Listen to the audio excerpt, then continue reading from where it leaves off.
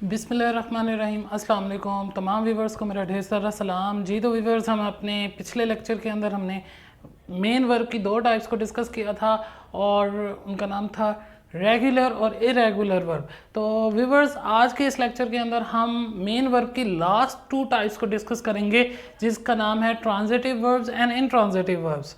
तो आज के इस लेक्चर में हमने देखना है कि ट्रांजिटिव वर्ब्स क्या होते हैं, इनट्रांजिटिव वर्ब्स क्या होते हैं और इन दोनों के दरमियान फ़र्क को कैसे हम सीख सकते हैं। तो व्यूवर्स, इससे पहले कि मैं अपने आज के इस लेक्चर का आगाज़ करूं, मैं आप व्यूवर्स से रिक्वेस्ट करूंगा कि अगर अभी आप लोगों ने मेरे यूट्यूब चैनल को सब्सक्राइब नहीं किया तो जल्दी से मेरे यूट्यूब चैनल को सब्सक्राइब कर लें, ताकि मेरी आइंदा आने वाली तमाम तर वीडियोज़ तक आपकी रसाई मुमकिन हो सके।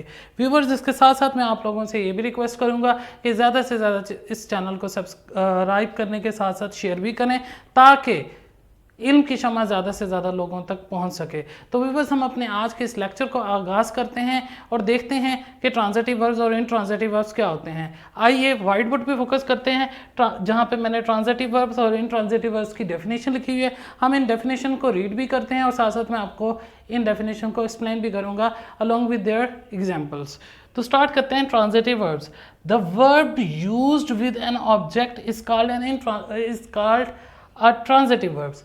तो ऐसा वर्ब जो कि एक वर्ब के ऑब्जेक्ट के साथ इस्तेमाल हो, या दूसरे लफ्ज़ों में ऐसा वर्ब जो किसी ऑब्जेक्ट के साथ इस्तेमाल होता है, जिसके बाद ऑब्जेक्ट आया हुआ होता है, तो ऐसा वर्ब आपका क्या है, ट्रांजिटिव वर्ब है। जब कभी किसी जुमले के अंदर वर्ब के बाद ऑब्जेक्ट दिया गया है तो हम कहेंगे वो वर्ब क्या है, ट्रांजिटिव वर्ब है। अगर उस जुमले के अंदर वर्ब के बाद ऑब्जेक्ट मौजूद नहीं है तो वो वर्ब ट्रांजिटिव नहीं होगा।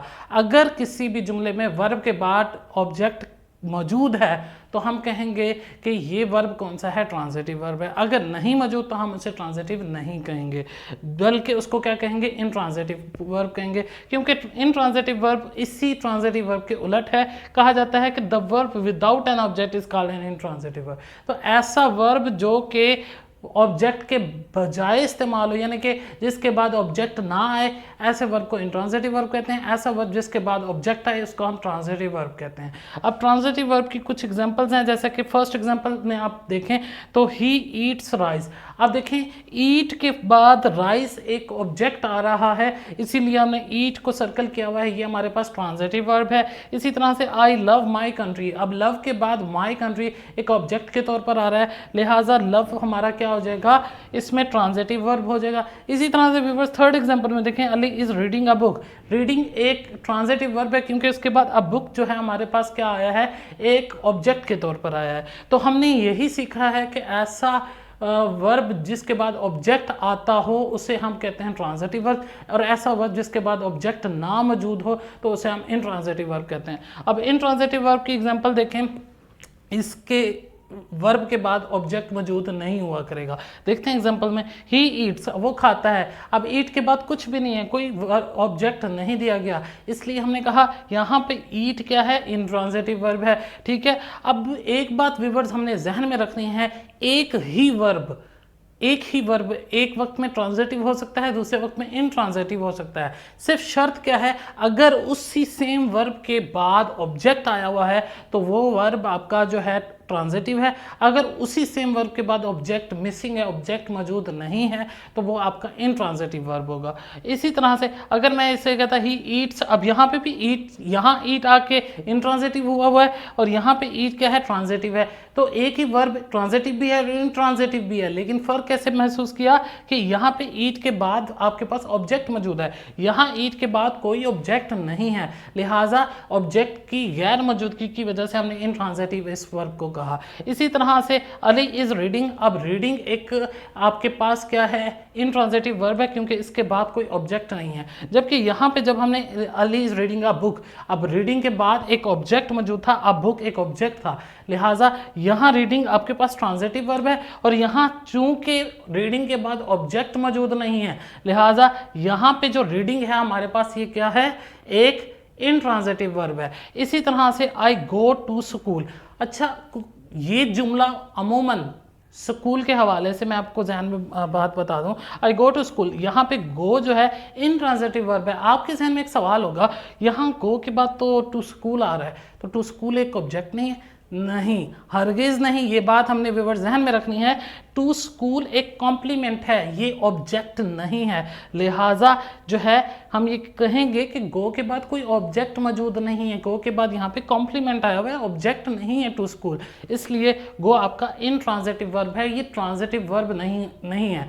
और आपका अगर कॉम्प्लीमेंट के हवाले से कोई क्वेश्चन है तो इंशाल्लाह कमिंग लेक्चर्स के अंदर हम कॉम्प्लीमेंट को भी स्टडी करेंगे, कॉम्प्लीमेंट क्या होता है। तो फिलहाल के लिए मैं आपको सिर्फ ये बता दूं, कॉम्प्लीमेंट ऑब्जेक्ट नहीं होता, कॉम्प्लीमेंट एक टोटली अलग चीज़ होती है। तो यहाँ चूंकि वर्ब के बाद आपका ऑब्जेक्ट नहीं मौजूद, इसलिए हमने कहा कि यहाँ पे ये गो आपका इनट्रांजिटिव वर्ब है। इसी तरह से लास्ट में देखें, आई रन फास्ट। अब रन आपके पास, रन के फौरन बाद ऑब्जेक्ट मौजूद नहीं है, रन एक वर्ब है, वर्ब के बाद ऑब्जेक्ट मौजूद नहीं है। आप कहेंगे फास्ट क्या है, अगर ऑब्जेक्ट नहीं है फास्ट फिर क्या चीज़ है? तो फास्ट ग्रामेटिकली क्या चीज़ है? एक एडजेक्टिव है। तो लिहाजा चूंकि वर्ब के बाद ऑब्जेक्ट मौजूद नहीं है, हम कहेंगे कि ये रन भी हमारा इनट्रांजिटिव वर्ब है। तो व्यूअर्स, मैं इन शॉर्ट अगेन बता दूं कि ट्रांजिटिव वर्ब और इनट्रांजिटिव वर्ब में क्या फ़र्क होता है, कि जो ट्रांजिटिव वर्ब होता है उसके बाद ऑब्जेक्ट लाजमी आता है और इनट्रांजिटिव वर्ब के बाद ऑब्जेक्ट नहीं आता। तो लिहाजा यही इसका फ़र्क है। और एक ही वक्त में एक सेम वर्ब जो है ट्रांजिटिव भी हो सकता है, इनट्रांजिटिव भी हो सकता है। अगर उस वर्ब के आखिर में ऑब्जेक्ट है, ट्रांजिटिव नहीं है ऑब्जेक्ट, तो इनट्रांजिटिव। व्यूअर्स, इसके बाद आखिर में जाते जाते आपको ये भी बता दूं, कुछ स्पेसिफिक वर्ब ऐसे होते हैं जो हमेशा इनट्रांजिटिव होते हैं, यानी कि उनके बाद आप ऑब्जेक्ट नहीं लगाते या ऑब्जेक्ट उनके बाद नहीं आता। ठीक है, वो कौन से हैं? उनमें हमारे पास गो है, कम है, सिट है, स्लीप है, डाई है, एटसेट्रा। इस किस्म के और भी बहुत सारे हैं, लेकिन मेरे जहन में ये 4-5 थे, मैंने आपकी आसानी के लिए लिख दिए हैं। इनको भी नोट कर लें और इस लेक्चर को मैं उम्मीद करता हूँ आप लोगों ने बेहतर तौर पर समझ लिया होगा और सारी कन्फ्यूजन ट्रांजिटिव और इनट्रांजिटिव वर्ब के हवाले से आपकी क्लियर हो चुकी होगी। व्यूअर्स, इसके बावजूद भी अगर आपका किसी भी किस्म का कोई सवाल होता है वर्ब के हवाले से किसी भी लेक्चर के अंदर, तो आप मुझे कमेंट सेक्शन के अंदर अपना फीडबैक दे सकते हैं और इंशाल्लाह आपके किसी भी किस्म के प्रॉब्लम का मैं सलूशन ज़रूर लेकर आऊँगा। तो व्यूअर्स, इंशाल्लाह हम अपने नेक्स्ट लेक्चर के अंदर मेन वर्ब के बाद एक्सिलियरी वर्ब की कुछ टाइप्स को डिस्कस करेंगे। Thank you.